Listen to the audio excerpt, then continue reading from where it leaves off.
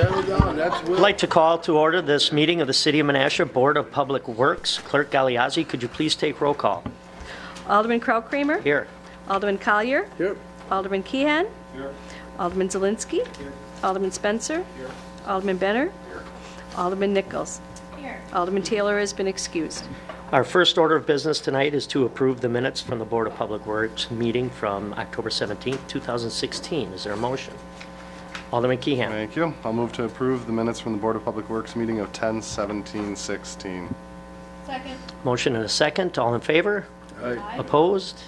Motion carries the council. We have one discussion or action item up to us tonight, and that is ordinance O-15-16, which is an ordinance creating private lead water service laterals replacements requirement, introduced by yours truly. And we have Water Utility Manager Tim Goes here tonight. Could you give us a little more information on that, please? And thank you very much for the memo. Yeah, we kind of went through it at the last Board of Public Works, and the Utility Commission is recommending and asking that an ordinance be passed that require lead services be replaced when the utility is replacing the main in front of their house. So that, I mean, the main reason behind it is that partial lead service replacement, which would mean that we replace our portion of it and not the homeowner's portion, tends to greatly increase the lead into that home. And so we're trying to eliminate that so that we would replace the entire service at that portion.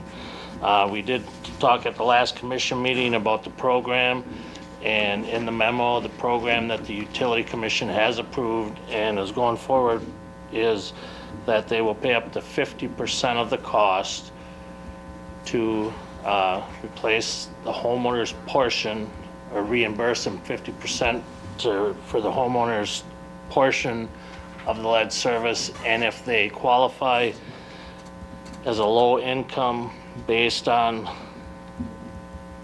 the numbers are based on whether you qualify for assistance with your electric and heating in the winter, that they would be eligible up to $1,500 or 75% of the cost of replacing their service.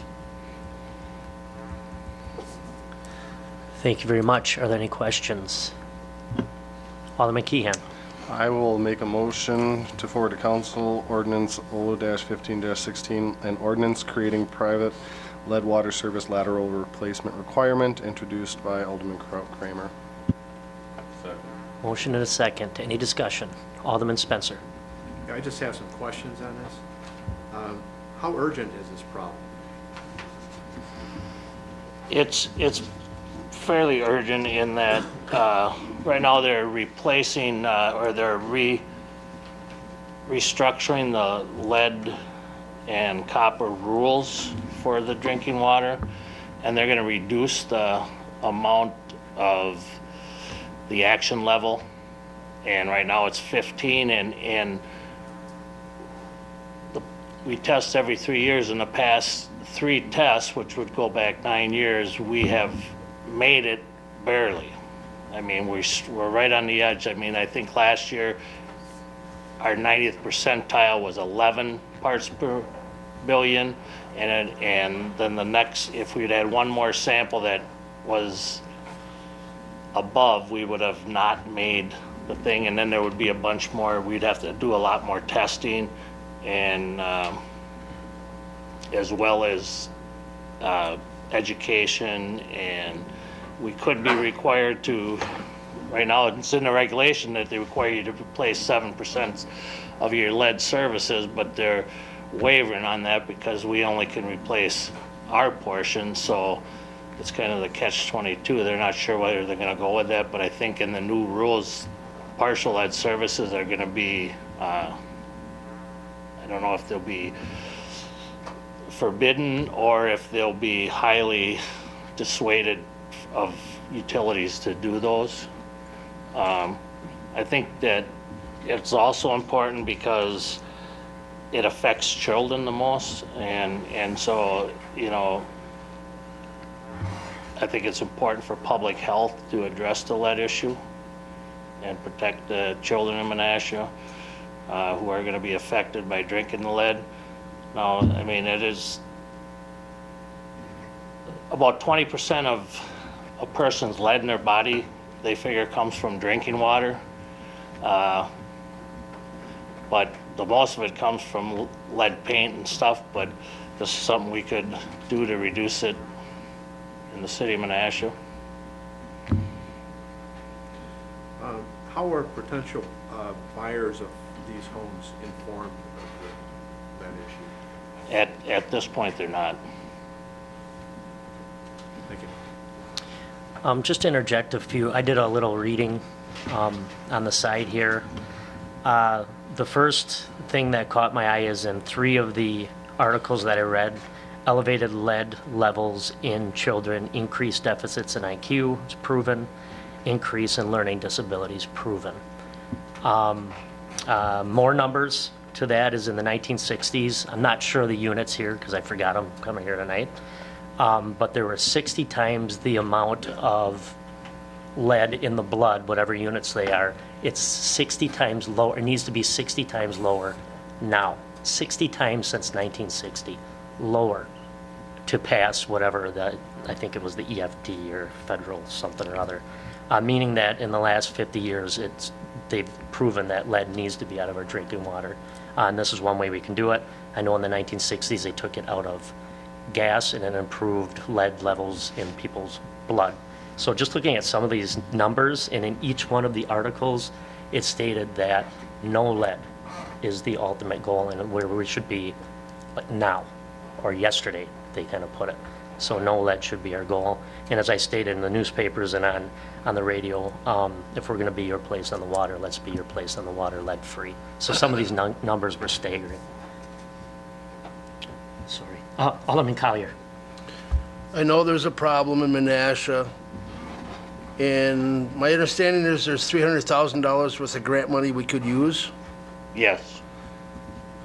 And I'm not up here to cause a hassle on this, but if we took that $300,000, let's say next year we're going to do X streets, how many homes would you think you would capture next year? 15, 25? We estimate that there's 20 or 34 lead services next year. 43. If we took that 300,000 and put it all toward those, what would it cost the individual? Well, it averages about $1,200 a service when that's what we've averaged the past few years when you're doing it at a main replacement. So it'd be, If I replace the whole thing, 100%, what would it cost without splitting the money per house? 2,000, 3,000 on an average? no, not in partial replacement. Not when we're doing the main. See, we had a price last year from our contractor doing the water main. It was like $27 a foot to replace the lead. So from the service in your front yard to the house, how many feet that are, you'd multiply that by 27, then it was $450 for the plumber to hook the new service into the household plumbing. Now, if somebody was gonna do it that we've already replaced there, then there would be an additional cost of digging the hole to get down to the curb stop to pull the service through. So, I mean, but it's, like I said, $1,200 total is about what we averaged on the ones we replaced. So if I have $300,000 and I put it all toward it, would it cover the houses we're gonna do next year? Yes. Then I don't see why we're getting the grant money. $1,500 out of somebody's pocket. I ain't saying it's not there, but I got an aunt that lives in town and she's 85. I don't think she's got that kind of money, but she's trying to live in her house and live it out. I wish we could do something different and say when you sell a house, but the state won't let you do that. So it comes down to, we're either gonna just go in the neighborhoods, put a notice on the door and say, make sure you got your check made out or some financing, because we're doing this and you're paying for it if we do this, or make an amendment and say, let's just take that 300 next year, and all the houses we can do for that, luck of the draw, good luck. We're looking really good. It wouldn't hurt. Yeah, it's just a thought. Thank you, Alderman Collier. Alderman Spencer. That kind of gets to, Thank you. that kind of gets to one of my questions, and that is, we all have read about Flint, Michigan, and what happened there, and the city officials really were criticized for their lack of action. My question is, do we feel like we're treating this with the right urgency as we go forward? Thank you. Any further discussion or questions? Alderman Nichols. I think Alderman Spencer's question leads into some of the concerns that I had at the last meeting, and that we touched upon, and I wholeheartedly agree that lead is a problem, and it's a issue that is going to need to be dealt with sooner or later. I feel as though it's going to be really important to build awareness and understanding around this issue in our community, and that we're going to need to focus on the people, on our customers, and we need to better understand the problem itself. It's estimated, I think you said that there's 12 to 1,500 Yes. services in the community. This $300,000 would take care of approximately 250 of those services, I think, Yeah, our memo 250. said. And the future then is uncertain for the rest of those services, and that's of a concern to me. So in my mind, we need to better understand this problem from the health perspective, from a cost perspective. How much would it cost to replace all of those services? How much time will it take? We need to understand things better from the customer's perspective. What do the customers expect from this process? How can we best assist the customers in this process? And then to better understand the possible solutions. I think what the program that's established is a temporary solution. It will address some of the problem, and I think it's important that if we're going to address the problem, then we need to address the whole problem, because we can't have and we have to address it equally among our population. So I have concerns about the ordinance as it stands today. I attended the Utility Commission meeting, was that 2 Wednesdays ago already? Yes. I think so. Yes. And we had a great discussion around the issue. The utilities, and please correct me if I'm speaking wrong, but the utility seems committed to going forward with the program that they've Correct. established. Yes. But they're also open to exploring other avenues as we move forward to look to address this issue in the community, and that's something that I hope we can do over the coming months. And we had some great conversation during that meeting, and then after the meeting as well, between a couple of us. So that's what I'm looking forward to as far as this ordinance goes.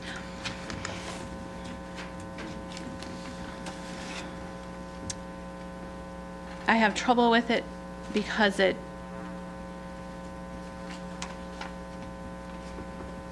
attached to a program that's not sustainable at this point. So I'm worried about what happens then. what happens when those 250 homes are serviced and we're still left with 1,300 in our community. Thank you. Thank you, Alderman Nichols. Any further discussion or questions? Alderman Keehan. Thank you. I support the ordinance, and I think what it is an opportunity to help as many households, as many of our residents as possible. If we did a full funding of it, what we're looking at is being able to help fewer than 17% of the households. So that's literally fewer than 1 in 5 of the households to be able to help. Whereas if we provide the assistance as the drafters of the ordinance put in there, we are able to help as many people as possible. And while it's not maybe fully sustainable, I think it helps us get to as many people as we possibly can, and it takes a significant amount of the sting away from the price tag on it, especially for those people who even qualify under the reduced income. So I think that was a very well-designed ordinance in that respect. Thank you. Thank you, Alderman Keehan. Alderman Spencer. Thank you. I support the ordinance. I see it as a good first step, but obviously it doesn't solve the problem. And I think we should also have communication is going to be critical here. I think the folks that own those homes, that live in those homes, should be aware of this. I know that there's an article in the newspaper maybe 2 weeks ago that gave kind of a high-level look at it, but you know, we can. I would recommend at some point we have an outreach to those homeowners so they can make an informed decision as to whether they accelerate the change. Well, one of our plans is to send letters to all the streets and properties effective very shortly. We've finalized our budget, so we know what streets we're going to be doing next year, and so we look to get the letter out before the end of the year. And the utility is not opposed to sunsetting this if the money runs out, or coming together with a committee to come up with a long-term solution. I mean, converting the program if need be at a later date. The issue we really running into right now is this grant came out late, and they in fact moved requirements for applying for it way back. Usually you have to put your application in March. Well, the applications weren't due till October because it came out that late that they got the money from the federal government for this program. So, and we have 2 years to spend the $300,000 that we have. So that's why the commission really wants to move this program forward so that we can make as much impact with the money that we have. I guess my fear as a utility manager is that if we go through the streets and people that have lead services don't replace them, it makes it extremely difficult because with the way the ordinance is going to read, and that street's not going to be redone for 40 years or 30 years. However, I don't know how long the cycle is for redoing streets, but and I'd hate to have partial lead services in them areas. But Alderman Benner. Thank you, Mr. Chairman. This is pretty interesting dialogue on a I think, very important subject. And I think about things, and I don't mean to pick on Alderman Collier, but like he talked about his mother, and I think about that with my house, with my mother. First off, myself and my siblings will be inheriting our house, and this would be a good investment into that for resale to say that that lead pipe has been removed. And if my mother was in a position that she needed some help, my goodness, there's 8 kids in our family, we should be able to muster up a little bit to help her out, and to put her in a safe home. Another thing I think of is with my profession, we used to have 30 amp services on houses. Through attrition and programs, things like that, those services went away. And I'd like to ask David that we're talking about a coming up community block grant program, and would any of those dollars be able to be used for something like this if that came along? Well, With a block grant program for lead service, sometimes they can be used. Typically, they're going to be designated for the house itself, usually not the services. Well, like if But you're you gonna could do, use- if you're doing a service change or something Sure. like that on a house, things like that would be included, so I Included don't in see block why grant, water, yeah. if they're doing, you know, some programs on the house, that should be able to help out with that. Could possibly. I didn't mean to interrupt you, I apologize. No. That is a pretty big expense to be used for a rehab program. So it would probably, if they're doing a substantial rehab and it's part of it, I don't see why you wouldn't include it. Okay. And so, and I don't know, so the way or if, you know, somebody had a cracked heat exchanger in their home, you wouldn't allow them to continue to live with a cracked heat exchanger in their home and have carbon monoxide going into your house. You know, you would,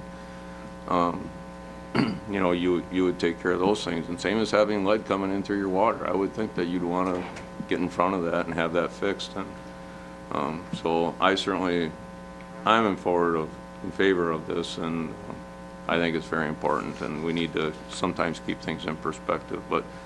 And we talked about this when this came up previously about, is it completely sustainable forever and ever? No, but that doesn't mean that future funds may be coming up to help the program continue, especially if they're successful. And if anybody's ever been to lead training, you know, as far as abatement and all those things, you'd know how important this stuff is. And it'd be nice if our health department director was here to comment on this and what her experience has been too, because this is important. And anything we can do to help this out, and this may be enough just to tip people over and say that, you know, yeah, we need to get our service upgraded. We like to do it, and this will help out with that. So, Alderman Kramer, I commend you for bringing this forward and sponsoring this, and I'll certainly be voting for it. Thank you, Alderman Benner. Any further questions or discussion? Alderman Nichols. Thank you. I wanted to bring to light the last paragraph of the ordinance in which it's discussed that as an alternative to any other methods for obtaining compliance to the ordinance, the utility may, as provided in water utility operating rules approved by the Wisconsin Public Service Commission, discontinue water service to such property served by illegal private water service lateral after reasonable notice and an opportunity for hearing before the Menasha Utility Commission. And I just wanted to throw that out there to see what, to ask you what your thoughts are on that. I take issue with cutting off people's water because water is a important service. You need it to flush the toilet. And so I think I wonder if there are other methods that could be explored to gaining compliance other than shutting off someone's water. And I'm open to hearing people's thoughts on that. I Manager believe Goes. it's a statutory issue. I mean, I don't know that the utility has the ability to, you know, fine somebody or, I mean, that's really, My understanding is if they don't pay their electric bill or they don't pay their water bill, that's what we do at this point is cut them off. I mean, I think that the important part of that last paragraph is that they would have a hearing with the utility commission, and I think that the utility commission is a very caring group of people. I mean, it took a long time for us to get this ready to come here because of the thought and the care that the commissioners had about they wanted to lessen the impact of costs to the people of Menasha that this ordinance would have, and that's, so we searched long and hard trying to figure out a way to come up with some funding that before we brought this forward. It was almost a 3-year process that we went through trying to find funding to bring this forward. But I don't think that it's a willy-nilly cut people off mentality at all at the utilities. I mean, that would be the absolute last resort.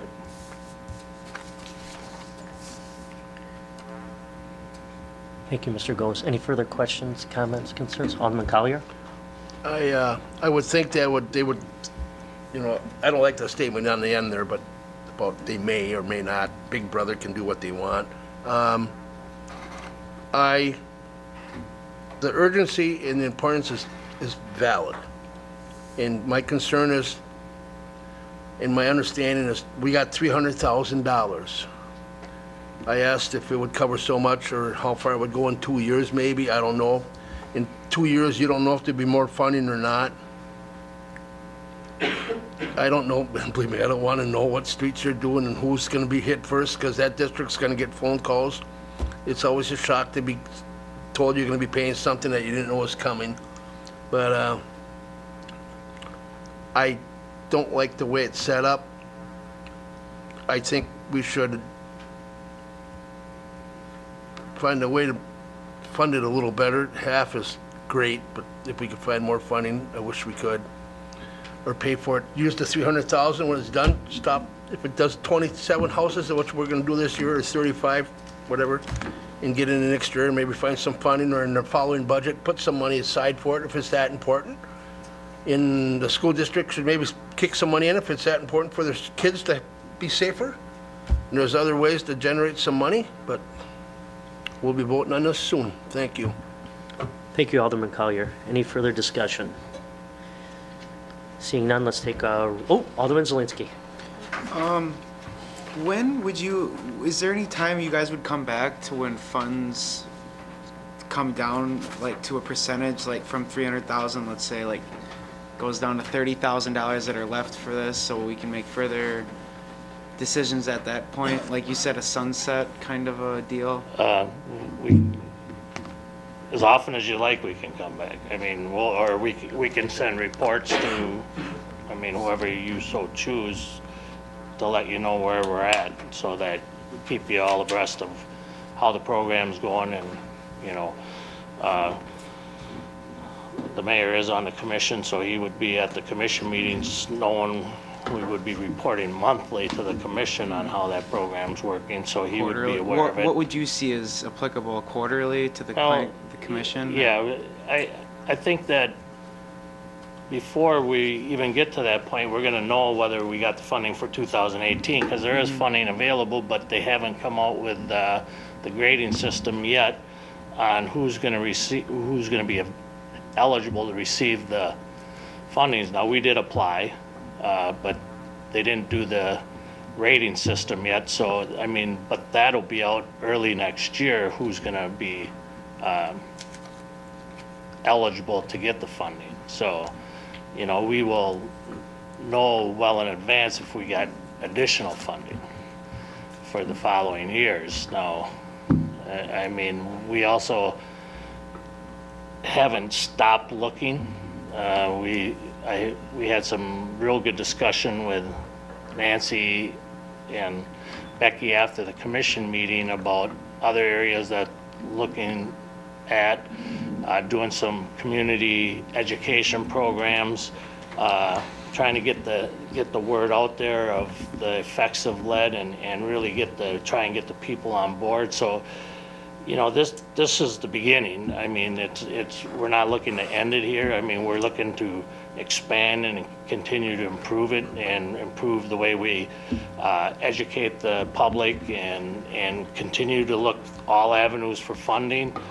I think that if they mandate that full replacement lead services are required, and that, you know, I don't have my crystal ball is cloudy, so I don't know what the EPA is going to do. It's coming. But, you know, I think they're going to have to at least come up with some funding. So if they do something like that, and we will continue to look for funding every avenue that we can. Thank you for all the work you've done on this, and I hope it goes forward tonight, because it is an issue, and as a plumber, I see it every day, so I hope it's a no-brainer to me to get it done. Thank you. Thank you. Thank you, Alderman Zelinski. I do want to add too, on the school boards or the school district's behalf, they have put in water fountains, I believe, in every school that now have filters in them for different metals and stuff. So they are flipping the bill for some of those things to keep our kids healthy. Any further comments or questions? Alderman Nichols. Thank you. One more question. The memo states these funds need to be spent within 3 years. So does that take us to 2018? It's in the first paragraph towards the end. And I Yeah. know there was some discussion about whether it was 2 years or 3 years. Right now, it is 2 years, but they're still discussing trying to maybe stretching the funds out 3 years because it was such a late, I mean, people didn't find out till a month ago or 2 months ago that they got the money, and it's short notice to try and put programs in the get them going. So they are looking at maybe expanding that to 3 years. I don't know for sure what the state's gonna do. I haven't heard anything as of late, I mean, since the last time that they were looking at it. Okay. So if we were to put a sunset clause on this ordinance and say, so 2 years, are we talking 2018 or 19 then? It would be 2017 and 18. That's Okay. the 2 years that right now, and if they put a third year on it, then that would include 2019. Okay, so if we were to put a sunset clause of 2 years, so at the end of 2018, this ordinance would sunset. And if in the meantime, something else was developed we came up with a different way to fund the program to get all of the laterals done, is there a possibility to rescind the ordinance and start a new one? Or what are the different avenues here? I understand why the utility wants an ordinance. At the same time, I don't necessarily want an ordinance on the books that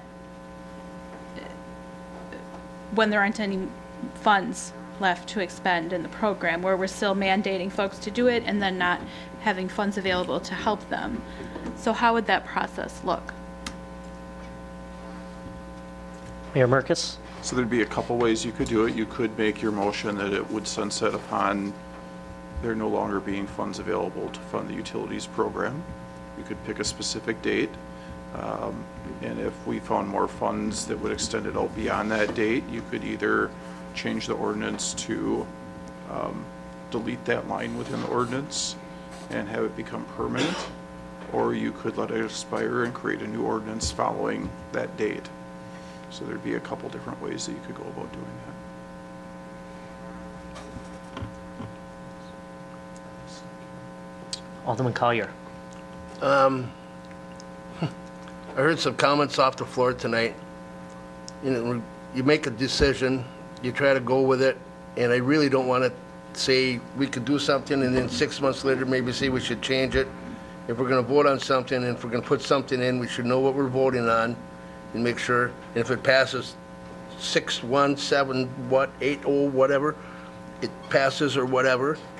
But make sure you know what you're voting on. But I don't want to go back and forth and have clauses in there and everything else where you can change stuff and re-app. Let's vote on what we have tonight, look at it seriously, and just vote. Thank you, Alderman Collier. Any further comments? Alderman Nichols. I think my questions have been answered. Thank you. Any further comments or questions? Seeing none, I do believe we have a motion and a second. Let's take a roll call vote, please.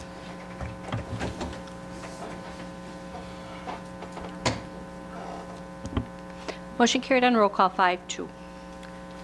All right, there are no other items on the agenda, so I will entertain a motion to adjourn. All in favor? Aye. Opposed? We are adjourned. Thank you. Broadcasts of the City of Menasha Administration Committee, Board of Public Works, and Common Council meetings are produced by University Studios of the University of Wisconsin-Fox Valley. Menasha residents and interested parties can obtain information about these meetings and meeting agendas from the city website, www.cityofmenasha-wi.gov. Expression of opinions regarding City of Menasha issues or about these broadcasts can be made by contacting the mayor's office, 920-967-5117. Contacting their city alderman. Contact information appears on the website. Completing the electronic feedback form on the website. All public portions of the meetings are recorded in entirety and are not edited for playback.